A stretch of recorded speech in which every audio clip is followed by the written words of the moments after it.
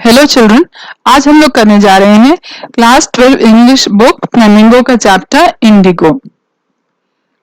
इस चैप्टर के जो राइटर हैं उनका नाम है लुइस फिशर।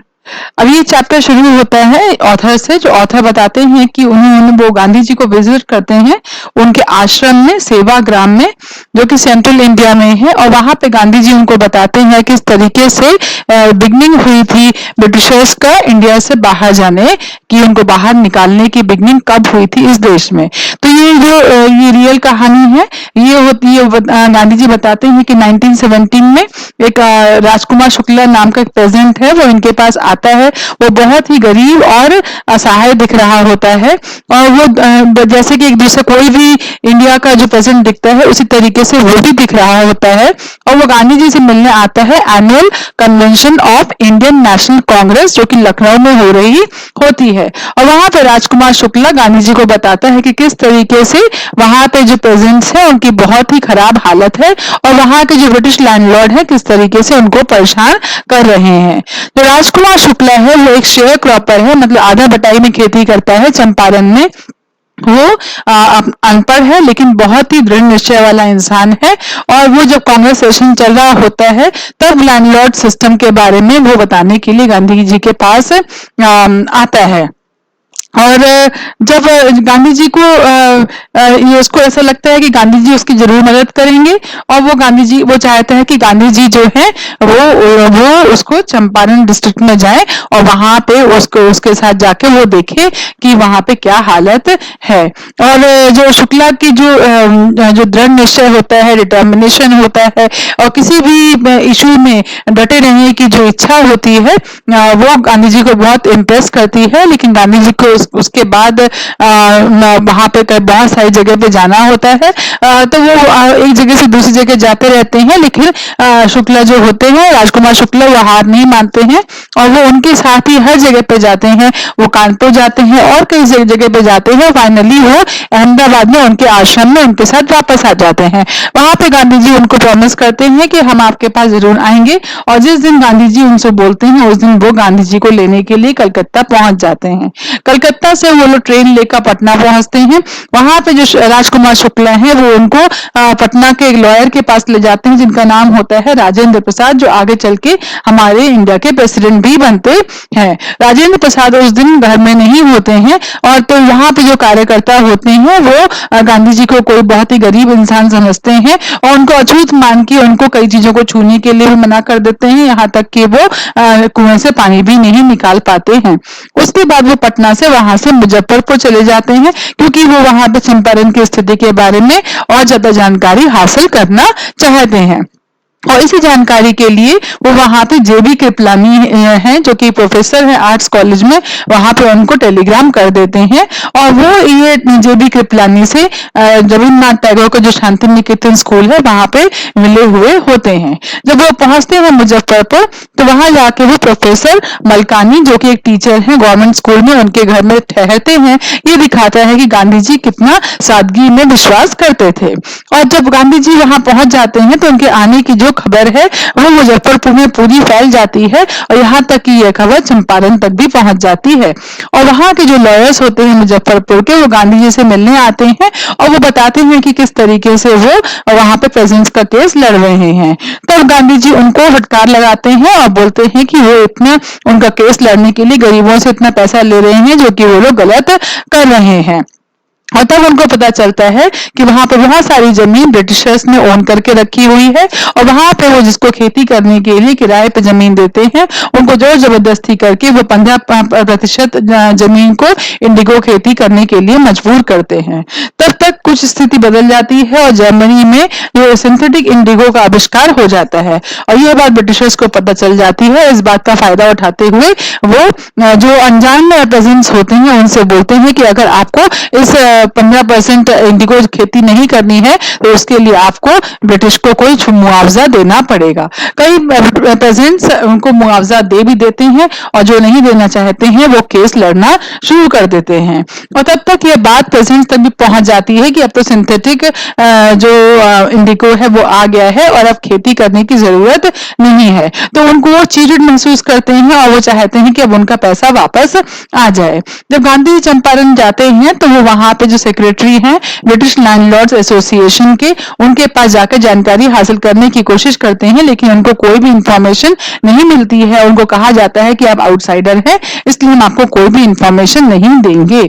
इसके बाद जो गांधी जी हैं वो ब्रिटिश ऑफिशियल कमिश्नर हैं, उनके पास जाते हैं, जो कि British official commissioner Tirhut division के होते हैं। वहां पे भी जाके उनको परेशान करा जाता है, उनको बोला जाता है कि वो फौरन ये डिस्ट्रिक्ट छोड़ दें, लेकिन तो भी गांधी जी आगे आगे बढ़ते हैं। वो मोतीहारी पहुंचते हैं और जहां पे जाके उनको नोटिस मिलता है कि उनको चंपारण छोड़ देना चाहिए, लेकिन वो ये ऑर्डर नहीं मानते हैं और इनके साथ बहुत सारे लॉयर्स होते हैं, वो भी इनका साथ दे देते हैं। तभी एक रिपोर्ट आती है कि एक जो पेजेंट है, कोई बाजू में कोई गांव है, वहां पे उसको इनका जो इल ट्रीटमेंट है उसका सामना करना पड़ रहा है। तो गांधी जी सोचते हैं कि वो आंखों देखी हाल देख के वो वहां पे जाते हैं और उससे पूछते हैं। तभी वो पुलिस का एक सुपरिटेंडेंट मैसेंजर लेके, जो कि मैसेंजर होता है, वो मैसेज लेके आता है, उनको बीच में ही रोकता है और उनसे बोलता है कि उनको वापस जाना पड़ेगा। और वो उनको एक ऑफिशियल नोटिस भी देता है जिसमें कि होता है कि उनको चंपारण अभी इमीडिएटली छोड़ देना चाहिए और उनको कोर्ट में पेश होने का उनको समन भी आ जाता है। तब वो राजेंद्र प्रसाद जी हैं, उनको टेलीग्राफ करते हैं और बोलते हैं आप जितने भी इन्फ्लुएंशियल लोगों को जानते हैं उनको लेकर आप आ जाइए। और जब सुबह होती है तो मोतीहारी में जगह जगह से जो प्रेजेंट्स होते हैं वो आ गए होते हैं, क्योंकि उनको इंफॉर्मेशन ये मिली होती है कि यहाँ पे एक महात्मा आए हुए हैं और ये अथॉरिटीज उनको परेशान कर रहे हैं। और ये प्रेजेंट्स है वो जगह जगह डिमॉन्स्ट्रेशन शुरू कर लेते हैं, हजारों में ये लोग आते हैं, कोर्ट हाउस जो होता है उसको भी सराउंड कर लेते हैं और ये एक तरीके से बिगनिंग हो जाती है छुटकारा पाने की, ब्रिटिशर्स से जो डर था उससे छुटकारा पाने का। जो ऑफिशियल्स होते हैं उनको लगता है कि उनके पास कोई, वो शक्तिहीन महसूस करते हैं और उनको लगता है कि वो इतनी जो हजारों में लोग टूट पड़े हुए हैं उसको गांधी जी के सपोर्ट के बिना वो उसको उनको हटा नहीं सकते हैं। वो इसके लिए गांधी जी से मदद चाहते हैं और वो गांधी जी उनको बहुत ही पोलाइटली और फ्रेंडली वे में उनको मदद करने के लिए स्वीकार कर देते हैं। लेकिन ये एक तरीके से प्रूफ हो जाता है उनको दिखाने का, ब्रिटिशर्स को दिखाने का कि अब आपकी जोर जबरदस्ती नहीं चलेगी, अब ऐसा नहीं होएगा कि आपको कोई प्रश्न ना करे और अब इंडियंस आपको चैलेंज करने के लिए तैयार हैं।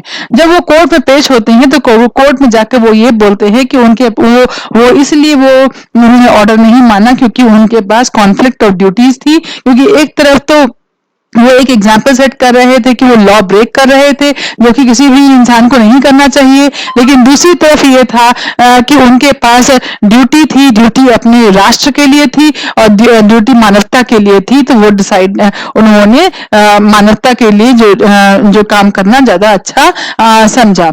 और जो लॉयर्स थे वो उनके मन में भी, वहां पे जो चंपारण के एरिया के जो लॉयर्स थे उनके मन में आने लगा कि ये तो एक स्ट्रेंजर हैं, ये बाहर से आए हैं और ये हमारे प्रेजेंस के लिए ये जेल जाने को तैयार हैं, तो हम क्यों ना उनका साथ दें।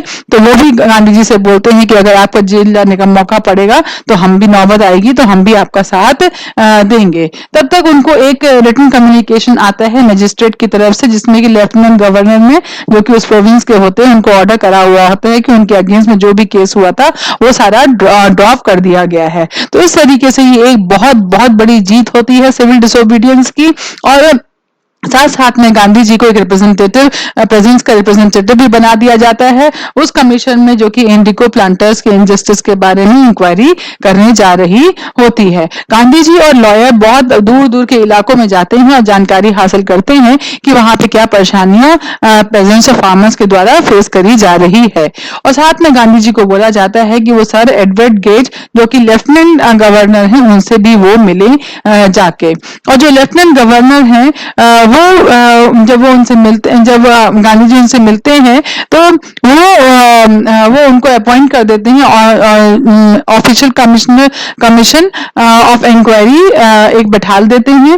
वो मतलब एक इंक्वायरी कमेटी बना देते हैं और वो बोलते हैं कि जाके मालूम करें कि इंडिगो शेयर कॉर्पर्स की सिचुएशन क्या है। जो ये इंक्वायरी होती है उसे मालूम पड़ता है कि बहुत ही बहुत ही उनके साथ गलत हो रहा था और जो बिग प्लांटर्स थे वो बहुत बुरी तरीके से इन लोग को मजबूर कर रहे थे।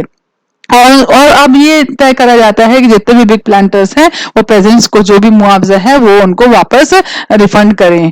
तो जब रिफंड की बात होती है तो लोगों का अलग अलग व्यू आता है। कोई बोलता है पूरा रिफंड होना चाहिए, कोई बोलता है 50% होना चाहिए, कोई बोलता है 25% होना चाहिए। लेकिन गांधी जी बोलते हैं कि अभी ये जरूरी नहीं है कि कितना वापस आएगा, कितना पैसा रिफंड होना चाहिए। अभी ये समझने की बात है कि अभी ऐसी सिचुएशन है कि इतने सालों बाद ये जो लैंडलॉर्ड्स हैं जिनके आगे लोग अपने मन की बात भी नहीं कह सकते थे, आज वो आपके सामने झुक गए हैं, उनको आपकी बात माननी पड़ रही है। उनकी जो ईगो है, उनकी जो प्रतिष्ठा है, सब झुक गई है। तो ये ज्यादा इम्पोर्टेंट है आज के समय में और ये बहुत ही इम्पोर्टेंट मोड़ है इंडिया के लिए भी। इसके साथ साथ जब ये हो जाता है तो चंपा और इसमें 25% रिटर्न करने के लिए ये बात हो जाती है। और जो गांधी जी हैं उसके साथ साथ चंपारण, ये तो जो किस्सा होता है ये तो हल हो ही जाता है। इसके साथ साथ वो वहां पे सोशल एंड कल्चरल स्टेटस भी जो चंपारण का होता है उसको भी वो सॉल्व करने की कोशिश करते हैं। वो उसको सॉल्व करने के लिए बहुत सारे हेल्थ सर्विसेज वहां पे लाने की कोशिश करते हैं, वॉलंटियर्स को बुलाते हैं और वहां पे डॉक्टर्स भी आ जाते हैं जो कि वहां पे 6 महीने तक अपना सर्विस देने के लिए तैयार हो जाते हैं। वहां पे कुछ मेडिसिन जो कि castor oil, quinine and sulphur ointment, ये सब वहां पे अवेलेबल कराया जाता है। वहां पे टीचर्स को अपील करी जाती है और वहां पे जो प्राइमरी स्कूल्स हैं वो 6 विलेजेस में खोले जाते हैं और गांधी जी के कहने पे कई वॉलंटियर्स वहां पे पढ़ाने को भी तैयार हो जाते हैं। गांधी जी के इस नेक काम में उनकी जो पत्नी है कस्तूरबा गांधी, वो भी इनका साथ देती हैं। वो वहां पे लोगों को आश्रम के जो तौर तरीके हैं वो समझाती हैं, कैसे साफ सफाई रखी जाए, कैसे अपने इलाके को साफ सुथरा रखा जाए, ये सिखाती है और किस तरीके से हम अपने आप में आत्मनिर्भर हो सकते हैं और ये भी उनको बताया जाता है।